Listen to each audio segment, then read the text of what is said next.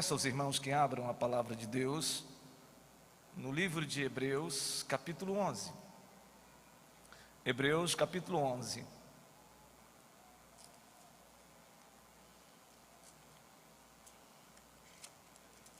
Hebreus 11.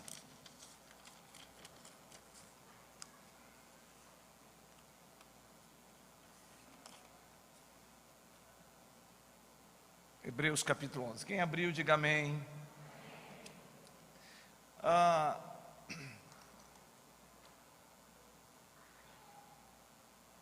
Eu quero louvar a Deus pela vida dos queridos que estão aqui pela primeira vez. Deus abençoe cada um dos amados. Que você seja grandemente abençoado e abençoada por estar aqui conosco. Deus abençoe grandemente. Eu queria fazer na verdade eu quero fazer um esclarecimento de algumas pessoas, às vezes, que ainda não conhecem o projeto Eclésia, que é um projeto que visa revitalizar congregações, organizar congregações, plantar novos pontos de pregações e assim um dia se tornarem congregações e igreja, que algumas pessoas estão dizendo: pastor, a igreja presbiteriana de Manaus está mudando de nome, agora é igreja da Amazônia, não é mais igreja presbiteriana de Manaus.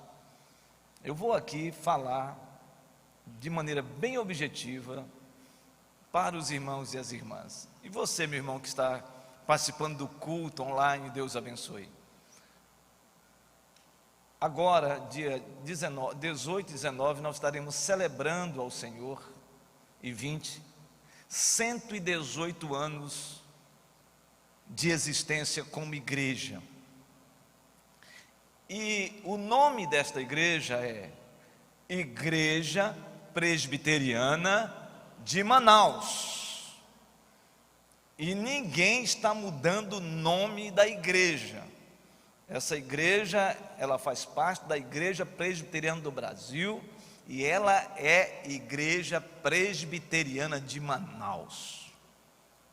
Quando a gente diz Igreja Presbiteriana de Manaus, a Igreja da Amazônia, é um slogan que nós usamos. Para quê? Para definir o que nós já fazemos. Esta igreja, ela está nos rincões do Amazonas. Essa igreja é a única igreja presbiteriana que está em 90 comunidades, cidades, municípios ribeirinhos ou pela estrada de Manaus ou do Amazonas. Então nós não estamos aqui mudando nome nenhum, o nome é Igreja Presbiteriana de Manaus. Nós apenas estamos declarando aquilo que nós somos e fazemos numa perspectiva missionária. É só isso. Então se alguém chegar para você e falar assim: não, essa igreja está... Meu irmão, em nome de Jesus, você não entendeu ainda o que significa a Igreja Presbiteriana de Manaus. E nós acreditamos que Deus nos chamou para alcançarmos todo o Amazonas. E nós acreditamos que Deus nos chamou para alcançar todo o Amazonas. Louvado seja Deus. Quem entendeu, levanta a mão. Quem entendeu o que eu falei, levanta a mão. Mas levanta bem alto. Então vocês serão agora os paladinos. Vocês serão agora aqueles que, quando alguém perguntar, você pode explicar. Tá bom assim? E aí eu não preciso ficar mais explicando. Muito bem. Hebreus capítulo 11. Versículos 30 a 40. Nós estamos ministrando durante o mês de outubro sobre os 5 solas, os alicerces da reforma protestante, que é fundamental para a vida da igreja. Nós já ministramos aqui sobre somente a Escritura, já compartilhamos sobre somente Cristo, nós já compartilhamos sobre somente a graça, e hoje nós iremos ministrar sobre somente a fé. E eu gostaria de fazer uma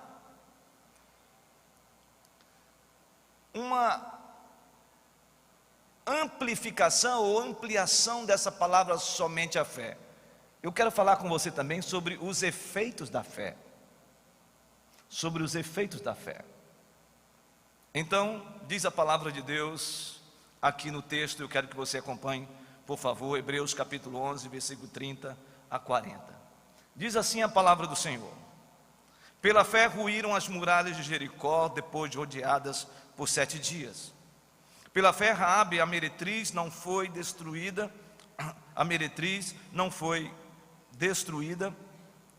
com os desobedientes, porque acolheu com paz os espias. E que mais direi? Certamente me faltará o tempo necessário para referir o que há a respeito de Gideão, de Baraque, de Sansão, de Jefté, de Davi, de Samuel e dos profetas, os quais por meio da fé subjugaram reinos, praticaram a justiça, obtiveram promessas, fecharam a boca de leões, extinguiram a violência do fogo, escaparam ao fio da espada, da fraqueza tiraram força, fizeram-se poderosos em guerra, puseram em fuga os exércitos de estrangeiros. Mulheres receberam pela ressurreição os seus mortos. Alguns foram torturados, não aceitando seu resgate, para obterem superior ressurreição. Outros, por sua vez, passaram pela prova de escárnios e açoites, sim, até de algemas e prisões. Foram apedrejados, provados, cerrados pelo meio, mortos ao fio de espada, andaram peregrinos, vestidos de peles de ovelhas e de cabras, necessitados, afligidos, maltratados, homens dos quais o mundo não era digno, errantes pelos desertos, pelos montes, pelas covas, pelos antros da terra. Ora, todos estes que obtiveram bom testemunho por sua fé, não obtiveram, contudo, a concretização da promessa, por haver Deus provido coisa superior a nosso respeito, para que eles, sem nós, não fossem aperfeiçoados. Que Deus abençoe a sua palavra. Amém? Efésios capítulo 2, versículo 8 e 9 diz: pela graça sois salvos mediante a fé. Isso não vem de vós, é dom de Deus, não de obras para que ninguém se glorie. Irmãos, a fé é algo imputado por Deus a nós e em nós. Quando nós fomos agraciados por Deus, o próprio Deus imputou no nosso coração a fé para nós crermos e sabermos que o Senhor é o nosso único e suficiente Salvador. Não há nenhuma ação, não há nenhum mérito, não há nenhuma vontade humana para cooperar quanto à salvação, porque esse ato de irmos ao encontro de Deus é o movimento de Deus que vai ao nosso encontro, prioritariamente movendo-nos através da fé ao encontro de Jesus. Quando esta ação acontece, nós chamamos de fé salvadora. A fé salvadora, a fé salvífica, que acontece na vida do homem e de uma mulher, por causa do ato voluntário, intencional de Deus na nossa vida. Mas quando esta fé salvadora é imputada em nós, nós somos movidos a experimentar, a praticar, a vivenciar o que nós chamamos de a operosidade da fé. O livro de Hebreus tem como cerne a fé. Se você ler os capítulos de Hebreus, você percebe claramente que há um perpassar de Deus falando sobre a fé em Cristo Jesus, aquele que foi e que é superior a qualquer um outro. O capítulo 11 é como se fosse uma espécie de síntese, é um recorte que o autor aos Hebreus escreve para falar sobre a fé de homens e mulheres que permaneceram firmes, confiantes em Deus, em meio às perseguições, às privações, às provações que eles estavam passando. O autor aos Hebreus está escrevendo àqueles crentes que foram alcançados do judaísmo e, portanto, queriam retroceder na sua caminhada cristã, e ele então escreve esta carta para encorajar os crentes a não desistirem da fé em Cristo Jesus. Se você observar o capítulo 11, versículo de 1 a 3, nós temos aqui a descrição do que o autor aos Hebreus fala sobre fé. E eu quero que você observe o texto, versículo 1 a 3 do capítulo 11. Diz assim: ora, a fé é a certeza de coisas que se esperam, a convicção de fatos que se não veem. Pois pela fé os antigos obtiveram bom testemunho. Pela fé entendemos que foi o universo formado pela palavra de Deus, de maneira que o visível veio a existir das coisas que não aparecem. O doutor Oswaldo Sander, falando e comentando a respeito da fé, ele disse: a fé permite à alma que crê tratar o futuro como o presente e o invisível como o visível. Vou repetir: a fé permite à alma que crê tratar o futuro como presente e o invisível como visível. Há 3 palavras aqui que me chamam a atenção quando a gente fala sobre fé, a partir do versículo 1 ao versículo 3 do capítulo 11. A primeira palavra, ele diz: ora, a fé é a certeza. O autor aos Hebreus, ele deixa claro aqui, certeza. Essa palavra certeza, no original, dá a ideia de escora, suporte. O que ele está dizendo? Que a fé é o suporte, é uma escora, é uma sustentação, é um alicerce da nossa caminhada cristã. A segunda palavra que nós encontramos nesse texto é a expressão convicção. Ele diz: a convicção de fatos que se não veem. A ideia de convicção é como se nós pudéssemos expressar como uma persuasão íntima. É algo que está intrínseco a nós. Quando Deus nos alcançou e a fé salvadora entrou em nós,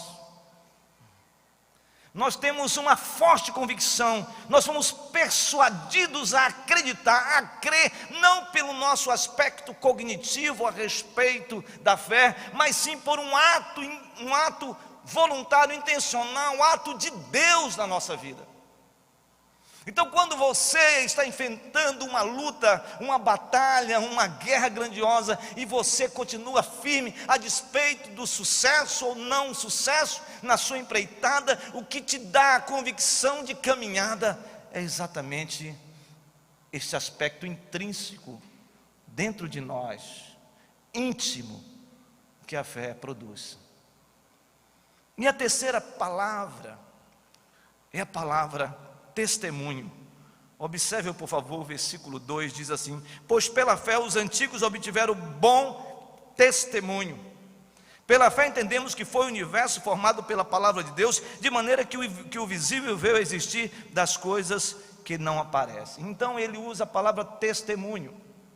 E se você observar, você vai observar aqui no versículo 4, algo interessante. Diz: pela fé Abel ofereceu a Deus mais excelente sacrifício do que Caim, pelo qual obteve testemunho de ser justo.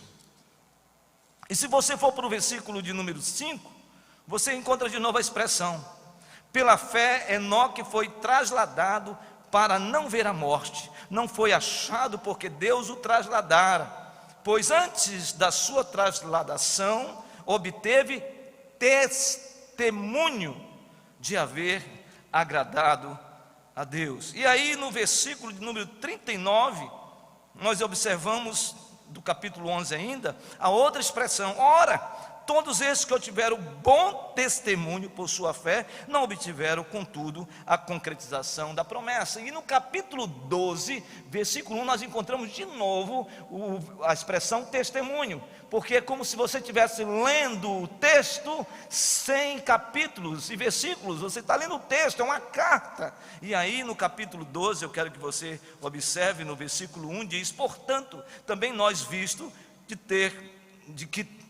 que temos a rodear-nos tão grande nuvem de testemunhas, desembaraçando-nos de todo o peso e do pecado que tenazmente nos assedia, corramos com perseverança a carreira que nos está proposta. Então, a terceira palavra importante aqui é a palavra testemunho. E a palavra testemunho no original é martirel nesse texto. Significa mártir. Alguém que morre por uma causa, alguém que é capaz de ir às últimas consequências por uma causa. O que o texto está dizendo é de que esses testemunhos foram feitos, foram realizados por homens e mulheres. E aí nós começamos a perceber os testemunhos das personagens que o texto aqui nos fala.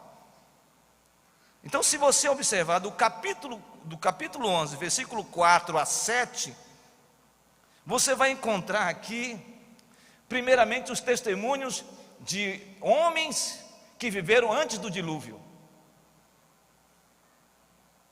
Ele fala de Abel, que exerceu sua fé e por isso ele se tornou justo. Fala de Enoque, um homem movido pela fé, na intimidade com Deus. Este homem não experimentou a morte, ele foi trasladado, diz a Bíblia, ele foi levado para a presença de Deus e ninguém viu o seu corpo. Ele fala de um Noé, este homem que creu naquilo que Deus tinha falado ao seu coração a respeito de que haveria um grande dilúvio, e ele tinha que preparar uma arca e colocar a sua família como sendo esta família que iria desencadear todo o processo migratório para a glória de Deus e a manifestação da família de Deus na terra. Mas o texto ainda fala algo interessante. A partir do versículo 8, você vai encontrar aqui os patriarcas que foram movidos pela fé. Ele fala de Abraão, um homem que estava numa terra chamada região de Ur dos caldeus, e Deus então fala com este homem mesopotâmico, um homem que não conhecia, que vivia dentro de um meio extremamente politeísta, e então este homem ouve uma voz vinda do trono de Deus, dizendo: Abraão, sai da tua terra, da tua parentela, e vai para o lugar que eu te mostrarei. Este homem sai da terra com a sua família, e vai para um lugar que Deus iria mostrar, que depois seria Canaã.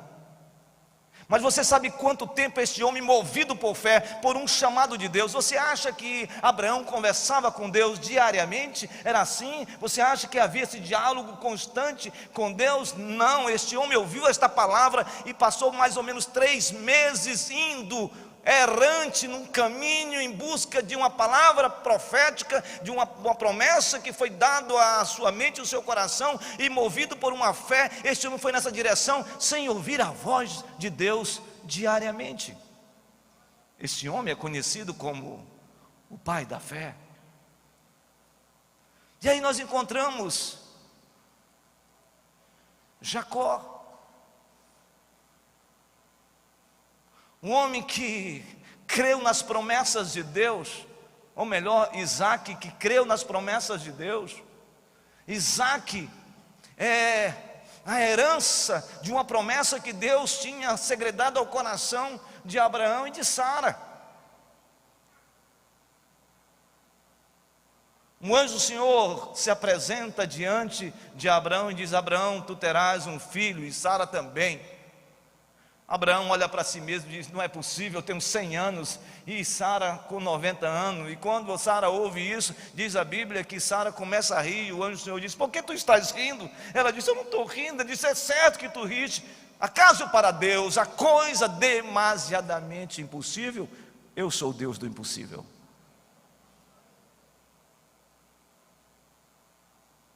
Então vem Isaque, que significa riso, o seu nome. Isaque é movido por Deus em obediência.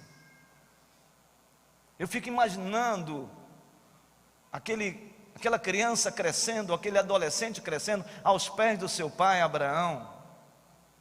E um certo dia o Senhor fala para Abraão: Abraão, hoje tu levarás o teu filho ao monte e sacrificarás o teu filho.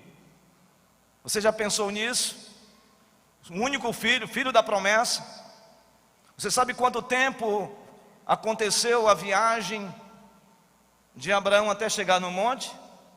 3 dias. Você já imaginou passar 3 dias lembrando de que o filho que Deus prometera, e agora Deus está dizendo que ele seria sacrificado no monte, em obediência a Deus? Este homem, numa crise profunda, ele foi até as últimas consequências, levou o seu filho até o altar.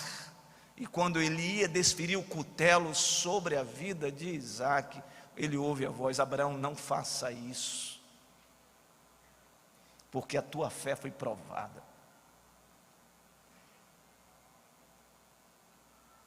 O que diria de Jacó? O que diria, irmãos, dos filhos de Jacó? O único filho mencionado aqui pelo autor aos Hebreus é José, governador do Egito. Deus usou poderosamente. A família toda de Jacó, os 12 filhos, se espalharam na região de Gósen e começaram a prosperar na região. Esses homens são mencionados como homens que fazem parte da galeria da fé. Mas é interessante que aí, depois desses eventos, vem Moisés. Moisés, o homem mais manso da face da terra, segundo a Bíblia. Um homem que levou mais de 2 milhões de pessoas a saírem de uma terra opressora, atravessa o mar vermelho de pé enxuto, codornizes do céu caem, são alimentados diariamente, a água sai de pedra e o povo sacia a sede. Deus manifestando o seu poder, a sua glória, todos vendo como Moisés era um instrumento de Deus. E esse homem, em um certo momento, na sua impetuosidade, por causa da pressão do povo, ele bate numa rocha, ele não consegue entrar por causa disso na terra de Canaã. Ele apenas vê do Monte Nebo a glória de Deus, a Canaã prometida ao povo de Israel. E o Senhor diz: você não vai entrar, quem vai entrar nessa terra é Josué. E aí, queridos, nós chegamos no capítulo 11, versículo 30, que nós estamos aqui. E diz o texto que nós encontramos aqui testemunho desses homens que eu quero compartilhar com vocês. Os efeitos da fé na vida de uma pessoa. Ele começa falando: pela fé ruíram as muralhas de Jericó, depois de rodeadas por 7 dias. Você conhece essa história? A história das muralhas de Jericó. Deus fala para Josué, depois que ele atravessou o rio Jordão de pé enxuto, ele então chega na região de Canaã, ele se depara com uma muralha intransponível, e Deus fala para ele: Josué, faz com que o povo todo que vai nessa guerra, que vai pelejar, façam 7 voltas em torno das muralhas de Jericó, e não falem nada, fiquem em silêncio, mas circundem todas as muralhas, e 7 vezes eles rodam, sem falar uma palavra, e o Senhor disse: quando chegar na 7ª vez, então vocês vão gritar, vocês vão fazer aqui um grande clamor, vocês vão clamar, vocês vão gritar, e então vai ressoar nas trombetas, e quando o povo começar a gritar, e as trombetas ressoarem, as muralhas cairão, e esse povo, pela fé, Josué, pela fé, movido pela fé, ele creu nisso, e diz a Bíblia que depois da 7ª volta, em torno das muralhas de Jericó, o povo gritou, e quando o povo gritou, a Bíblia diz que as trombetas ressoaram e as muralhas caíram. Foram movidos por fé, a fé que estava intrinsecamente no coração de Josué. Mas o texto ainda diz: pela fé, no versículo 31, Raabe, a meretriz, não foi destruída com os desobedientes, porque acolheu com paz aos espias. Agora nós temos aqui Raabe, uma prostituta, que recebe os espias, que entram em Jericó, e falam para ela o que vai acontecer, e a Bíblia diz que naquele momento ela ouve isso, e ela creu na palavra dos espias, no Deus dos espias, ela creu. Esta mulher que creu, foi ela e sua família salva da destruição de Jericó. Esta mulher que creu está na genealogia de Jesus. Pela fé, Josué, pela fé, Raabe. E aí então nós nos deparamos com o versículo 32. O verso 32 diz assim: que mais direi? Certamente me faltará o tempo necessário para referir o que há a respeito de Gedeão, de Baraque, de Sansão, de Jefté, de Davi, de Samuel e dos profetas. É como se o autor dissesse o seguinte: pessoal, não vai dar para escrever tudo que eu tenho para falar desses 7 personagens aqui, não vai dar para eu falar tudo para vocês nessa carta, então eu vou fazer aqui um resumo. E ele faz então um resumo. O resumo começa a partir do versículo 33. O resumo começa assim: os quais por meio da fé subjugaram reinos. Quem subjugou reinos? Josué foi um dos que subjugou reinos. Deus levantou este homem pela fé, e esse homem conquista Jericó, a cidade de Ai, toda a região de Canaã, envolve todas as tribos de Israel, e coloca todas essas tribos nas regiões da terra de Canaã, prometida pelo Senhor. O que falar dos reis, como o rei Davi, que subjugou povos, fez a unidade do povo, reuniu o povo do sul com o povo do norte, se tornando uma só nação.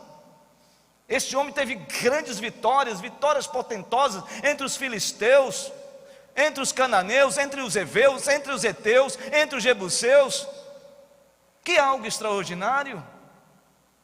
Mas ainda, não só isso, praticaram a justiça. Qual foi um desses homens do Antigo Testamento que praticou justiça? É só a gente observar exatamente Samuel, sacerdote, profeta e juiz. Ele exerceu o juízo em Israel, e este homem era conhecido como um dos maiores juízes no tempo de Israel.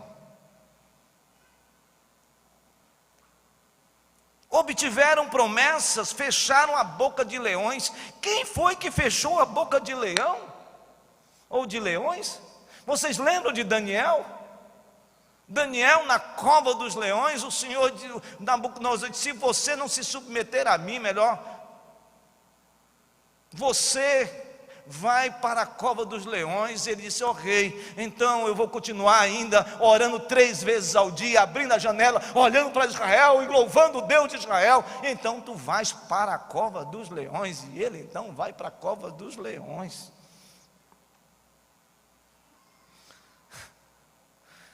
E no outro dia, o rei diz: Daniel, e ele não vê nenhum rugido de leão, ele ouviu um rugido do leão de Judá. Ele ouve alguém dizer: eu estou aqui, ó rei. Ele olha e diz: Daniel, o teu Deus é extraordinário. Como diz o pessoal hoje, o teu Deus é tremendo, o teu Deus é poderoso, o teu Deus é extraordinário, porque o teu Deus fez com que a boca dos leões ficassem todas emudecidas, fechadas, e tu estás no meio desta cova de leões, e o Senhor te deu o livramento. Você, meu irmão, está em alguma cova de leões?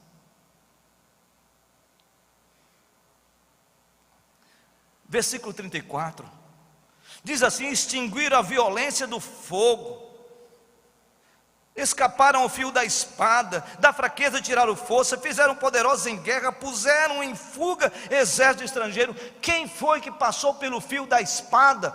Vocês lembram da história de Jezabel, que matou ao fio da espada os profetas de Israel? E diz a Bíblia que Elias vai à presença do Senhor e diz: Senhor, só eu fiquei aqui, só eu tive o livramento, os outros profetas todos passaram o fio da espada de Jezabel. E o Senhor diz: não, Elias, ainda há 7.000 que não se dobraram ainda a Baal, a Jezabel, a Acabe.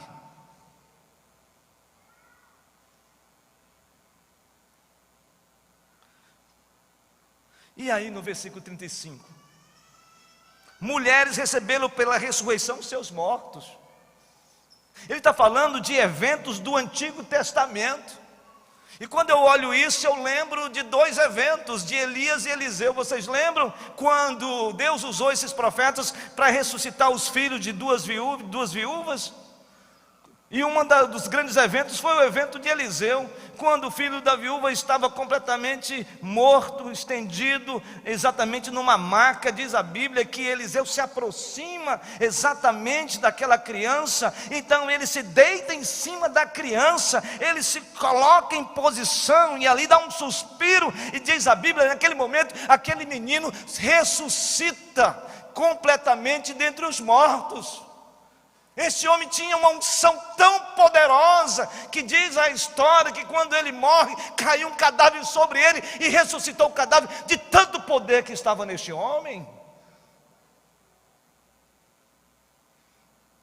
Testemunhos de fé, testemunho de vitória. Agora, presta atenção. Parece que o autor aos Hebreus muda, parece que ele dá um relevo na história.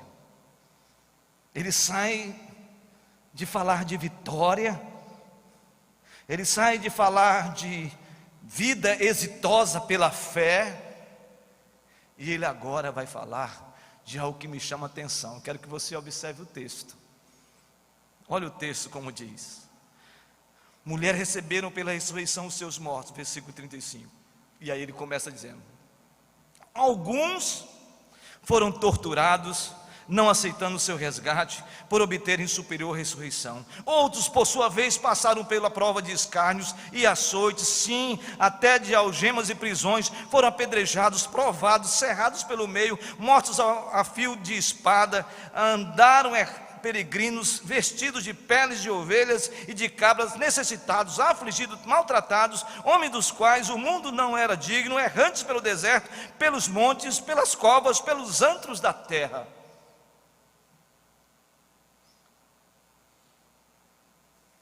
Agora, o testemunho dessa gente não é mais um testemunho de vitória, de uma fé potentosa, extraordinária, que tiveram livramento do fio da espada, que tiveram livramento de leões, que tiveram livramento em relação à sua caminhada cristã firme. Agora ele vai falar de gente que tinha fé e não teve êxito. Não teve êxito na perspectiva humana.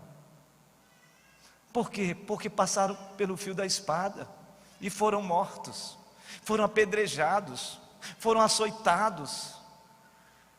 Gente que andava errante, gente sem rumo, gente perseguida, gente privada, gente sofrendo, gente angustiada, gente atormentada, por amor ao Evangelho, por amor a Deus. É isso que me chama a atenção no conceito de fé, porque fé é exatamente isso, nesse paradoxo entre vitória e fracasso. Independentemente disso, seja na vitória, louvado seja Deus, seja no fracasso, nas lutas, nas intempéries da vida, nas decepções da vida, o Senhor Deus ainda me nutre com fé, para que eu continue caminhando. Talvez você esteja assim, não experimentando esse momento exitoso, vivendo pela fé e vendo os milagres, sinais e prodígios de Deus na sua vida, mas talvez você esteja vivendo um tempo de açoite, um tempo de escárnio, um tempo de afronta, um tempo de gente puxando o seu tapete, um tempo de gente que está lhe perseguindo, um tempo de gente que está lhe afligindo, ou então uma enfermidade que tem assolado a sua vida, ou então um problema de casa, um problema de casamento, um problema de relacionamento. Talvez você esteja nesse momento dizendo: Senhor, eu estou vendo as coisas se esvaírem pelos meus dedos e eu não sei o que eu faço. Sabe por que você continua nessa caminhada? Porque Deus imputou em você uma fé que te faz resiliente em meio às lutas que você está passando. Sabe, talvez hoje você dissesse assim: eu não sei nem por que eu estou indo para a igreja, eu estou tão cansado, eu estou tão exaurido, eu sou tão decepcionado, eu não aguento mais essas coisas, eu estou vivendo um tempo de chutar o pau da barraca, ou a barraca inteira. Sabe por que você está aqui? Porque foi Deus que trouxe você, meu irmão, porque Deus trouxe você, e o que fez você estar aqui foi a fé que Deus te fez. A fé salvadora foi imputada dentro do seu coração.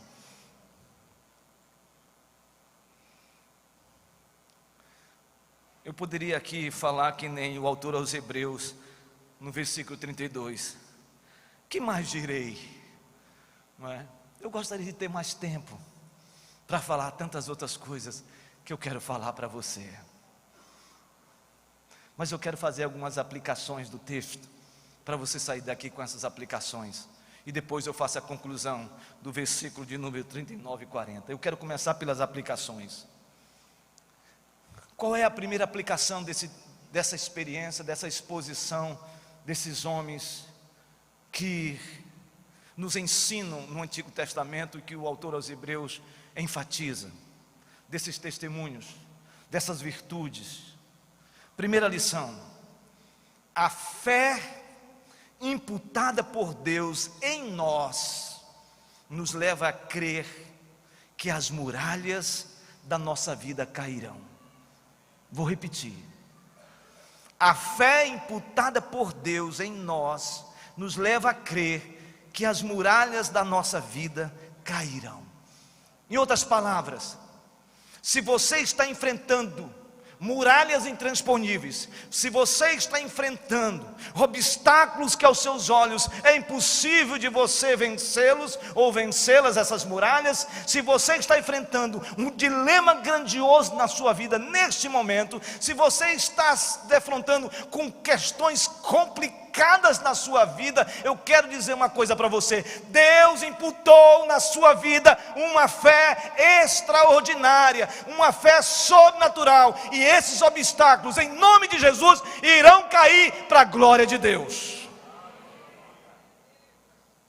Esta é a primeira aplicação.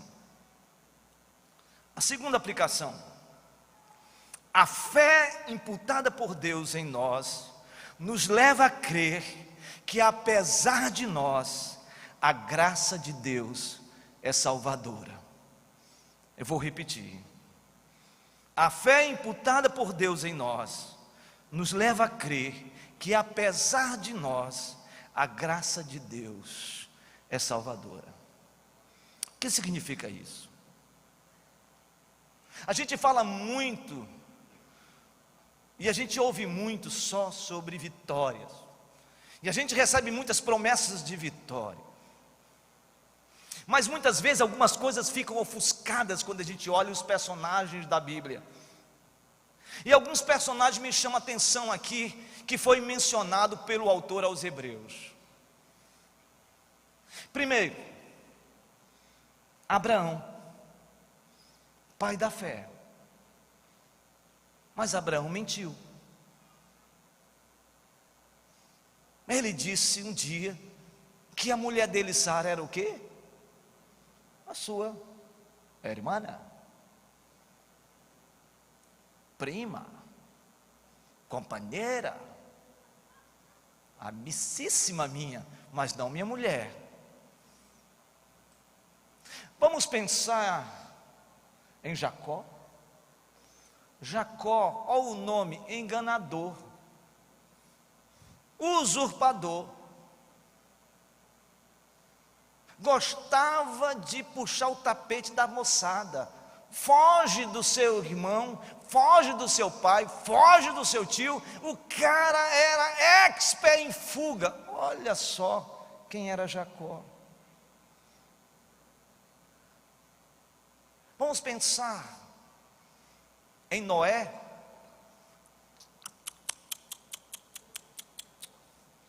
Bebum, gostava de uma pinga que você não imagina. Alguém pode dizer assim: ah, pastor, estou nessa. Olha esse cara.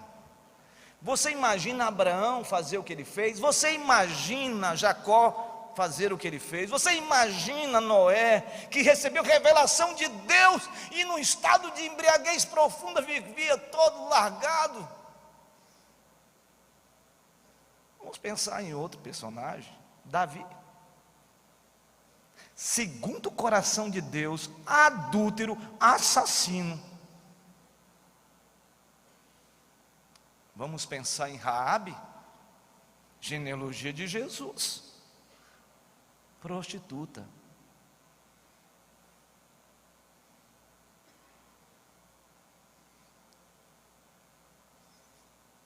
Essa gente que experimentou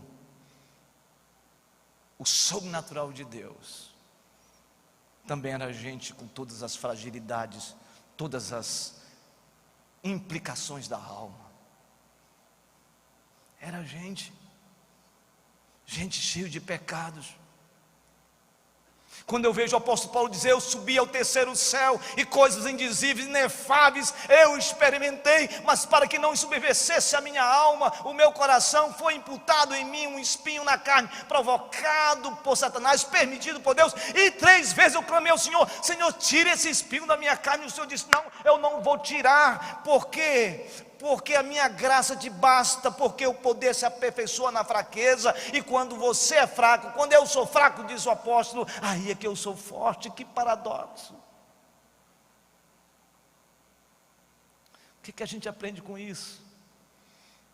É que a fé imputada por Deus em nós, ela, apesar de nós, ela é salvadora. Se manifesta a graça.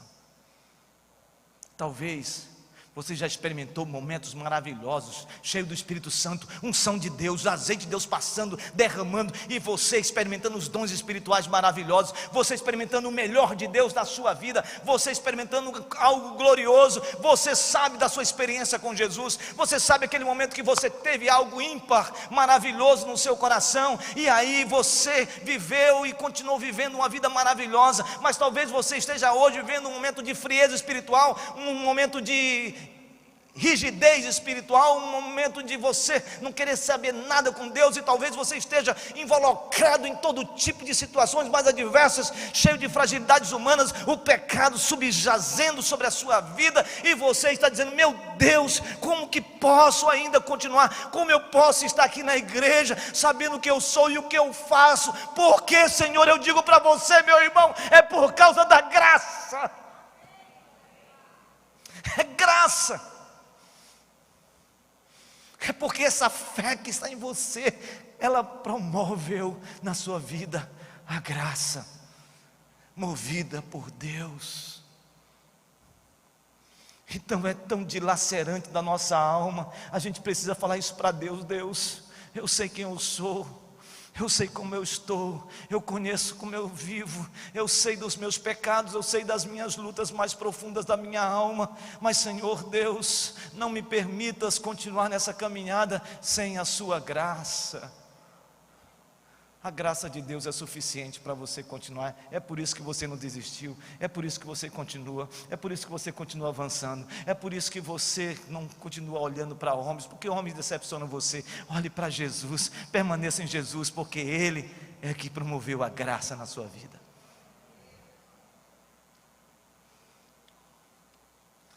Eu quero concluir falando sobre a terceira aplicação. A terceira aplicação é que a fé imputada por Deus em nós não é uma fé cega. Não é uma fé cega. A fé que Deus imputou em nós e que nós somos de Deus, ela é objetiva. Deus escolheu você. É uma fé que você tem a clareza de, apesar de tudo, você continua firme no Senhor. Você continua firme no meio das privações, você continua firme em meio às perseguições, você continua firme e você não retrocede, porque a sua fé está firmada em Jesus. A sua fé está sendo fixada no autor e consumador da sua fé, que é Jesus. Que é Jesus. Eu quero dizer isso para você hoje aqui. A sua fé não é irracional, a sua fé não é cega, a sua fé não é um salto no escuro, a sua fé, ela tem uma clareza. Jesus Cristo te redimiu, Jesus Cristo te salvou, Jesus Cristo mudou o teu viver, Jesus Cristo te fez mais do que vencedor, Jesus Cristo mantém você firme nessa caminhada, é Jesus. Como eu disse, eu quero concluir, e a conclusão está no versículo 39 e 40, que diz: ora, todos estes que obtiveram o bom testemunho por sua fé, não obtiveram contudo a concretização da promessa, por haver Deus provido coisa superior a nosso respeito, para que eles sem nós não fossem aperfeiçoados. Aqui há uma grande discussão teológica, e eu não vou entrar, eu vou falar da minha concepção desse texto. Quando ele diz, sem nós, esses todos irmãos não poderiam ser aperfeiçoados. Esses que mantiveram sua fé, mesmo não vendo o cumprimento das promessas, que no caso é o cumprimento da promessa da vinda do Cristo. Eu acredito, irmãos, que isso só vai acontecer, esse aperfeiçoamento entre aqueles que creram e não obtiveram a fé, e nós, pós-Cristo, ou em Cristo, nós que vimos a promessa se completar, e que nós temos hoje a palavra revelada completa a nós, isso vai acontecer na volta de Jesus. Ah, irmãos, na volta de Jesus. E eu creio, irmãos, no grande dia. Eu creio no grande dia, quando aquele que virá com o seu manto, e no seu manto dizendo, Rei dos reis, Senhor dos senhores, montado em um cavalo branco, no ressoar da última trombeta, aqueles que morreram em Cristo serão revestidos de incorruptibilidade, de corpos celestiais, e aqueles que verão a glória de Deus também terão os seus corpos revestidos também em incorruptibilidade, corpos glorificados. Todos então subirão e encontrarão com os anjos de Deus, com o Rei dos reis, e ali, irmãos e irmãs, nós teremos também aqueles que morreram em Cristo, e nós veremos em nome de Jesus Abraão, Isaque, Jacó e todos os patriarcas, e todos aqueles que morreram em Cristo pela fé, aqueles que viveram pela fé em Cristo Jesus, aqueles que foram movidos pela fé em Jesus Cristo, aqueles estarão todos juntos diante do Rei dos Reis e o Senhor dos Senhores. Vai ser o grande dia, e nesse grande dia, todos nós estaremos diante do trono, diante da glória de Deus, diante da festa das bodas do Cordeiro, e diante dele toda a igreja vai dizer ao Rei Todo-Poderoso, Criador dos céus e da terra: a Ele a glória, o louvor, o domínio, o poder pelos séculos dos séculos. Aleluia, amém. Esse é o grande dia, esse é o grande dia, onde todos nós estaremos aperfeiçoados, glorificados diante do Rei dos Reis. Que esse testemunho seja para os nossos dias, que o testemunho desses irmãos que não viram a concretização da promessa seja um testemunho de encorajamento para nós hoje, como igreja, para não retrocedermos, para não voltarmos, para não olharmos atrás, mas sim continuarmos firmes, olhando para Cristo Jesus. Que Deus abençoe a sua igreja, que Deus abençoe a sua palavra nesta noite, em nome de Jesus. Vamos ficar de pé? Depois de uma pregação, a gente pode terminar com um cântico, né? Um cântico assim, não é? Eu não sei nem qual é, mas é um cântico. Você não pode sair daqui, você tem que ser um canto de celebração. Rapaz, depois de o que a gente pode cantar mesmo? Os irmãos estão dizendo: nosso general. Nosso general. Vamos então cantar o nosso general. Venham mais para frente, irmãos. Cheguem aqui. Vamos cantar o nosso general, todo mundo? Já era para ter começado. 1, 2, 3, já!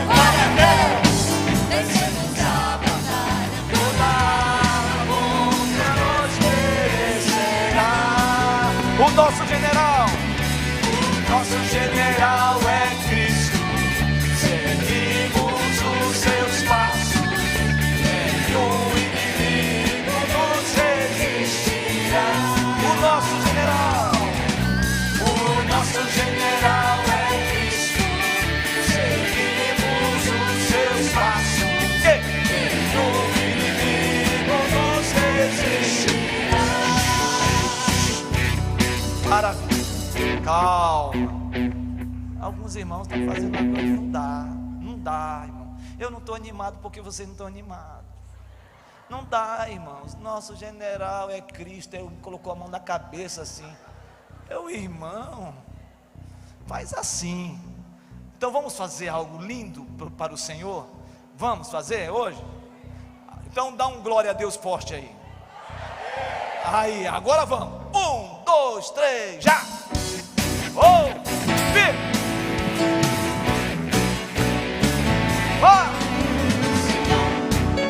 Marchamos, seu exército poderoso, sua glória será vista em toda a terra. Vamos cantar agora! Lá em cima! O quê? Lá em cima!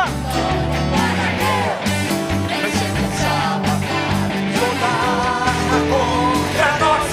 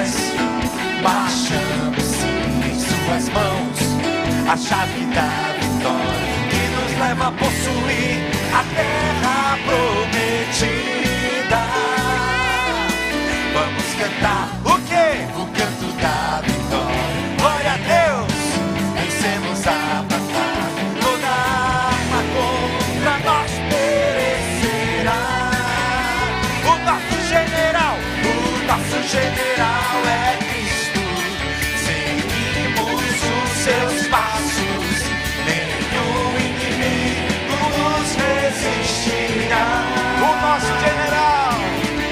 O nosso general é Cristo.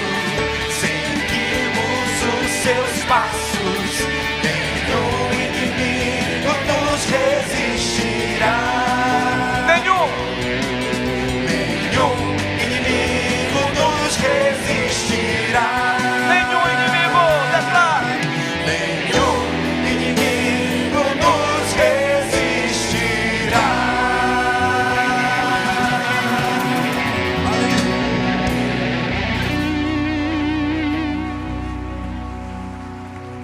Que a graça do Senhor Jesus Cristo, o amor de Deus o Pai e as eternas consolações do Santo Espírito de Deus pouse sobre vocês, meus irmãos, minhas irmãs, hoje e para todo sempre.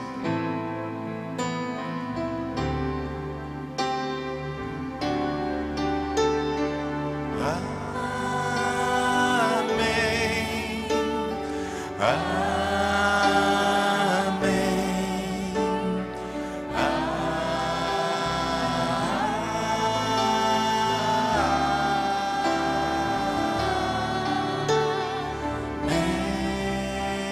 Louvado seja o nome do Senhor.